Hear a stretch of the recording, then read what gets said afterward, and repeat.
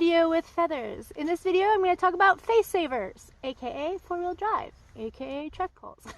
There are a lot of people out there who think they don't need these bad boys, but I have found a million uses for these guys that I'm going to share with you guys, on top of all of the different features and bells and whistles you can choose from, how to size them, how to use them properly, and see if by the end of this video, maybe you want a pair of trek poles, because I have a few trek poles.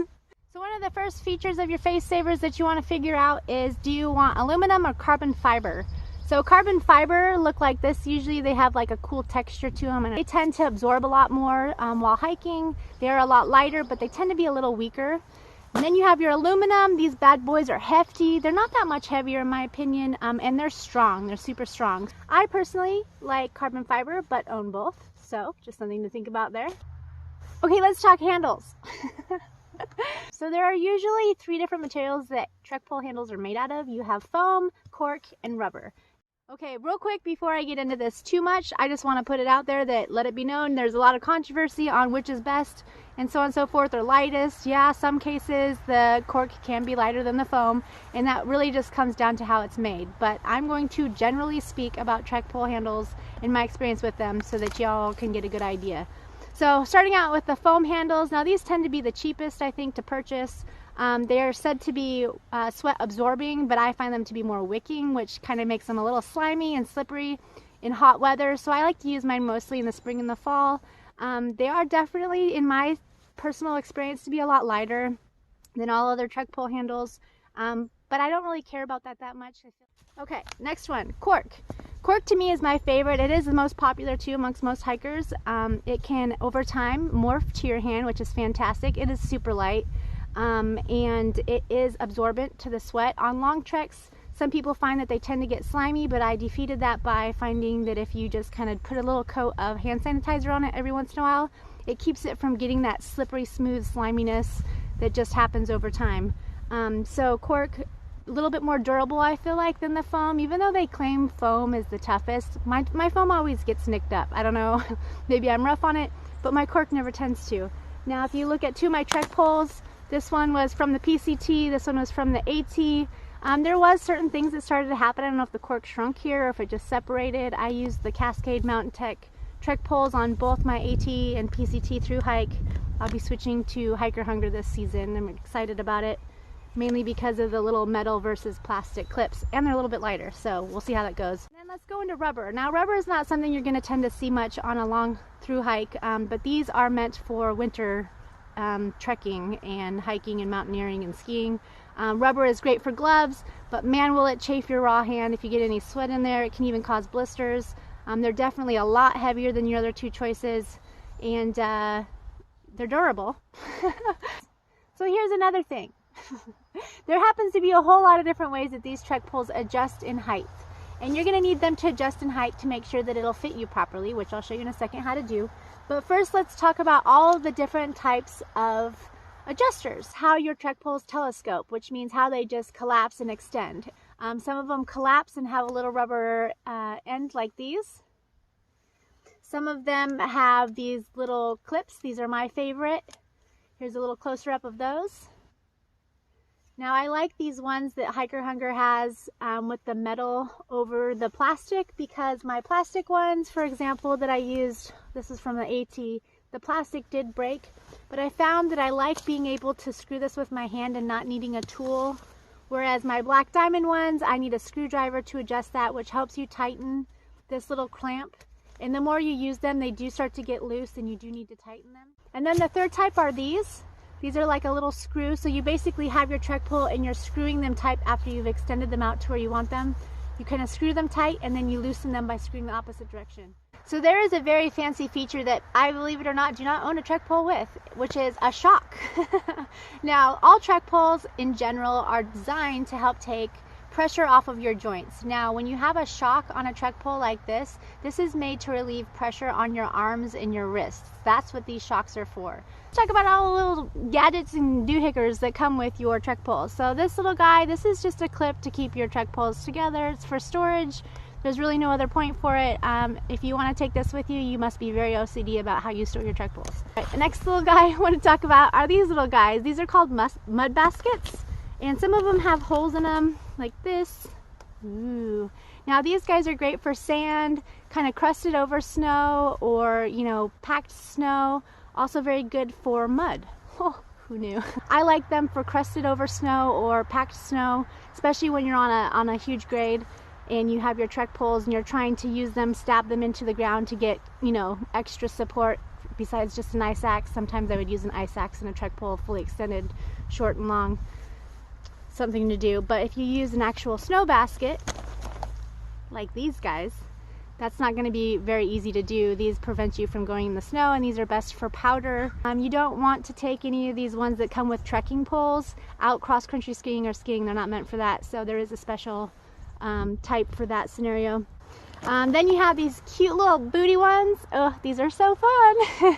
I have never used these, but what these are supposed to be for are slippery surfaces like smooth rock. If you ever do like some major road walking, maybe on the El Camino or something, you might want a couple of these, or the Florida Trail that's got a lot of road walking.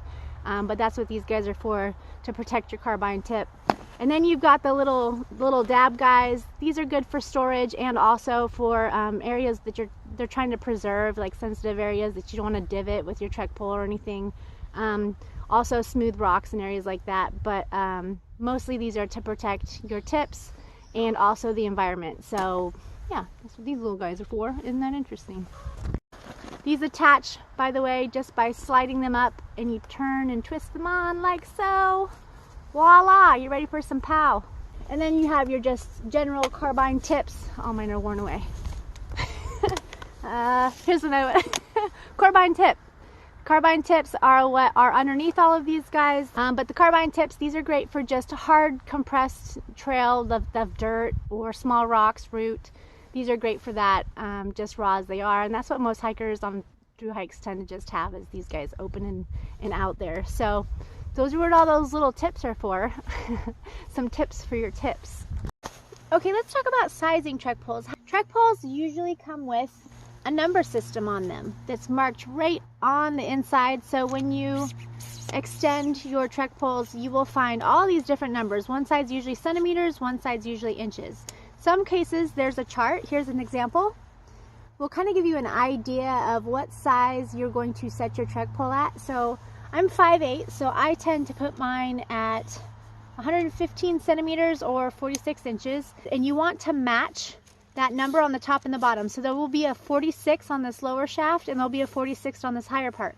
So you're going to make sure that both clamps, depending on which kind of adjuster you have for your trek pole, but you're going to do the same number on the top and the bottom to make the pole the proper length. And I always use fingernail polish to mark where my trek poles need to be, so that in the mornings when I'm groggy or if I'm hiking, I can look down and see if that's actually moved or not. So if my trek poles get off a little bit, I can see right away. That's just something I do. You want to make sure that your arm stays at a 90-degree angle. If your arm is up at all, this is too high. Your trek pole needs to come way down to where your arm, and when you're walking, stays at a 90-degree angle. So that is also another indicator of what size your trek pole should be set at. Okay, so let's talk about how to properly use the handles on your trek poles. Now this is very important, and a lot of people, including myself, tend to have the bad habit of just going straight in and grabbing your trek pole. This is so wrong, and you can really hurt your wrist, snap it actually, if you post hole or anything like that and trip and fall while having your hands in here like this, and I've come very close to doing that. So the proper way to hold your trek pole is not like that. What you are supposed to do is go up through the bottom and then grab your trek pole like so. So that's the difference in what it looks like when you're holding your trek pole properly. So make sure that when you're trekking, if you're going to use your straps, always to go up and then grab. So let's real quick talk about how to size your wrist straps. This is super easy. There's a little tooth inside the head of the trek pole, and when you pull down on this extra little tongue here, the rubber knob will pop out, and you are able, by using the top, to just kind of adjust where you want it, and then this guy will suck back in. You can push it back in if you want to make sure it's snug. These tend to loosen up a little bit over time, and you will have to continue to adjust them. Might as well get into this extra little handle here. I love these guys. These are great for going uphill. I am one of those fidgety hikers that I can't stand to have my hand in the same position all day long. So I'll have my hand here for a while. Sometimes on flat ground, I'll use them like a cane and use it up here, drop them down a little lower. When I'm really tired, I'll put my hand in wrong, don't do this, and kind of rest my arm in here and grab that lower ring and pull myself up the hills. When you're going a little steeper incline, that's what this lower handle is great for, pulling you up. Are these things radical? We don't use that word enough anymore. Anyway, but there are so many ways that you can use these, and the pros have even more tips. They say when you go uphill, you should shorten them a little bit and make sure that when you're stepping with it, the front of the tip never passes your lead foot. When you're going downhill, you can extend them a little longer to take a little extra weight off of you, and it should always extend past your lead foot. When you're on a graded hill, hiking across a hill that's very steep, you shorten one and you have one longer. Can help stabilize you, and that is actually something that I have done on trail. I did that through the Sierras quite a bit when I wasn't using my ice axe. So anyway, yes, trek poles. All right, so there are a lot of uses for these bad boys. Now, they're the uses that they're meant to do, and then there are all the creative uses that people have come up with over time that I'm going to share with you. So this is going to be a really fun section of this video. Let's first just talk basics. Obviously, these guys are meant to take pressure off of your joints. They are also meant to set up tents nowadays. And my favorite, they help to prevent fat finger syndrome. I don't know what the deal is behind this. I've tried looking up online, but I am one of those people that when I hike without trek poles, for whatever reason, my fingers swell up like Cabbage Patch Kids, and it's nasty.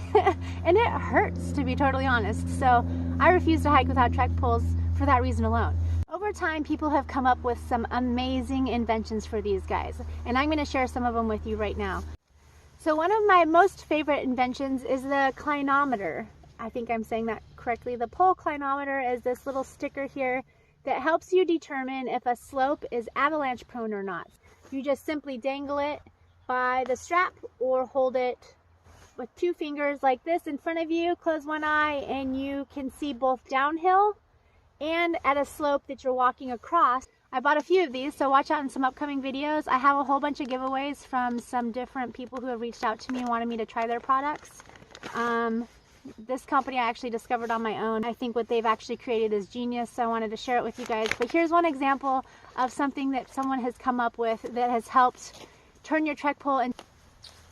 yes. One of my most favorite ways to use a trek pole: when you stop during the day for either lunch or whatever, and you need to take a break, a load off, and you want to lean back because you are tired, your back is tired, you can turn a collapsed trek pole, so get it all the way down to its smallest form, into the back of a chair. So what you would do is you would take both your trek poles, condense them down, and then on one side you put your backpack, like so, and your trek pole holding up your backpack, and then you have the back of a chair. Your butt's still on the ground, but you know what? You can lean against something, and it's fan-friggin-tastic.